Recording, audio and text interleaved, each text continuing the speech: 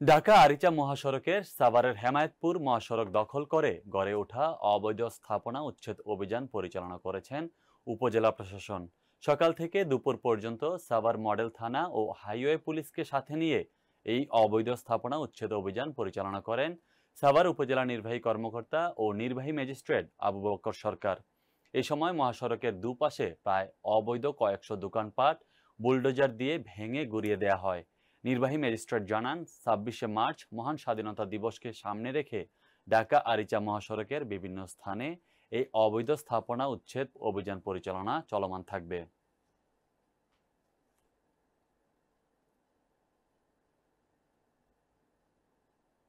গণহারে বন মামলা দায়েরের প্রতিবাদে এলাকাবাসীর প্রতিবাদ সভা অনুষ্ঠিত হয়েছে। গাজীপুরের কালিয়াকৈরে বন বিভাগ কর্তৃক গণহারে বন মামলা দায়ের ও কৃষকের মালিকানা জমি বনের নামে গ্যাজেটভুক্ত করার প্রতিবাদে প্রতিবাদ সভা অনুষ্ঠিত হয়।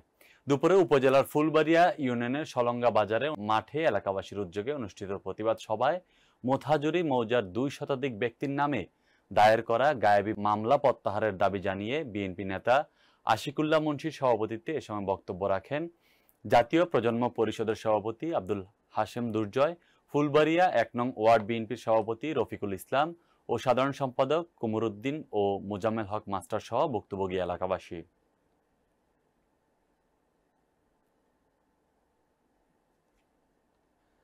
রংপুরের পীরগঞ্জে ইসলামিক ফাউন্ডেশনের পরিচালনায় মসজিদ ভিত্তিক শিশু ও গণশিক্ষা কার্যক্রমের শিক্ষক কর্মচারীগণ মানববন্ধন করেছেন। সকালে প্রেস ক্লাব চত্বরে মশউক শিক্ষক কল্যাণ পরিষদের উদ্যোগে এই মানববন্ধন অনুষ্ঠিত হয়।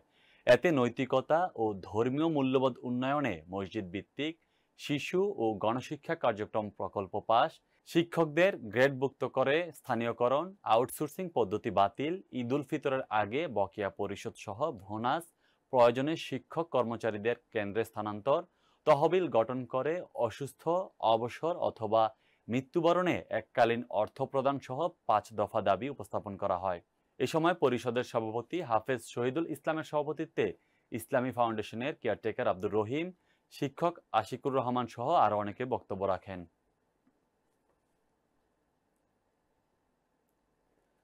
পিরোজপুরের কাউখালী উপজেলা বাজারে ভোক্তা অধিকার সংরক্ষণ অধিদপ্তরের অভিযানের সময় মালিকের অনুপস্থিতিতে দোকানের তালা ভেঙে অভিযান পরিচালনার চেষ্টার অভিযোগ উঠেছে।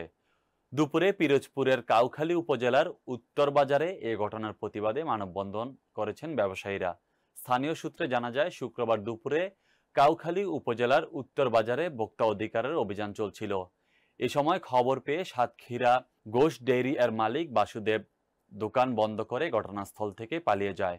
পরে অভিযান পরিচালনাকারীরা দোকানটি খোলার চেষ্টা করলে স্থানীয় ব্যবসায়ী বদরুদ্দোজা মিয়া বাধা দেয়। এরপর স্থানীয় ব্যবসায়ীরা তার সাথে যোগ দেয়। পরবর্তীতে কোনো ধরনের কার্যক্রম না করেই ঘটনাস্থল ত্যাগ করেন সংস্থাটির কর্মকর্তা ও কর্মচারীরা। এদিকে এই ঘটনার প্রতিবাদে কাউখালী উপজেলার উত্তর ও দক্ষিণ বাজারের ব্যবসায়ী সমিতির নেতৃবৃন্দ ও সাধারণ ব্যবসায়ীরা মানববন্ধন করেছেন। মানববন্ধনে বক্তারা বলেন, মালিকের অনুপস্থিতিতে দোকানের তালা ভাঙার চেষ্টা চালানো হচ্ছে। এটা কোন ধরনের অভিযান? নিয়ম মেনে অভিযান করা হোক, তালা ভাঙার অভিযান আমরা চাই না। এ বিষয়ে বদরুদ্দোজা মিয়া বলেন, অন্যায়ভাবে সাতক্ষীরা গোশ ডেইরির বাসুদেবের দোকানঘরের তালা ভাঙার চেষ্টা করছিল ভোক্তা অধিকারের লোকজন। তাই স্থানীয় ব্যবসায়ীদের নিয়ে বিষয়টি প্রতিহত করার চেষ্টা করেছি। আমরা এমন অভিযান চাই না। এ বিষয়ে জাতীয় ভোক্তা অধিকার সংরক্ষণ অধিদপ্তরের পিরোজপুরের কার্যালয়ের সহকারী পরিচালক দেবাশিস রায় বলেন, আমরা আইন অনুযায়ী কাজ করেছি। আমাদের অধিকার আছে আইন অনুযায়ী কাজ করার। কেউ যদি অভিযোগ আনে তাহলে আমরা আইন অনুযায়ী পরবর্তী পদক্ষেপ নেব।